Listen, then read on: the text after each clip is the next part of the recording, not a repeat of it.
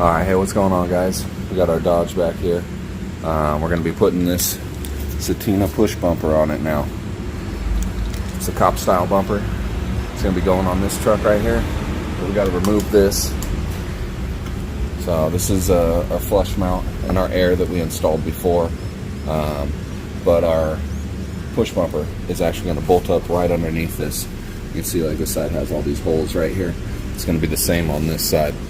So we're going to remove this and then get to installing the bumper. So let's cut to the time lapse.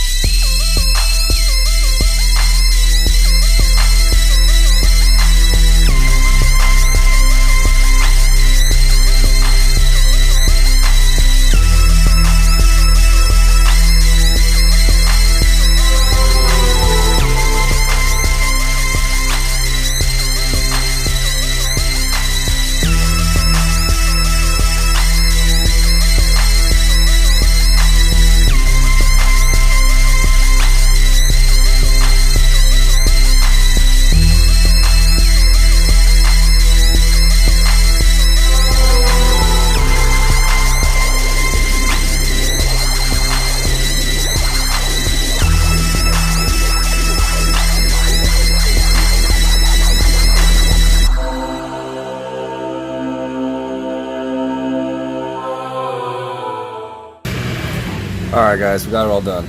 So as you can see in the video, it was a struggle to get up here on these bolts right here.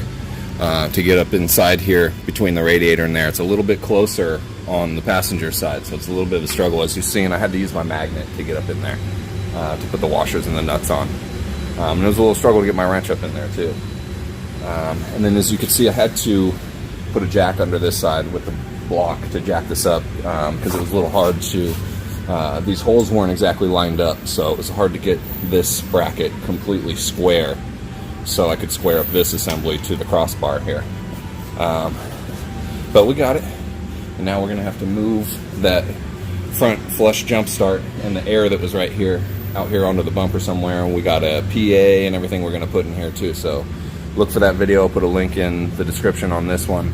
Make sure to hit that bell notification and subscribe, guys. Thank you.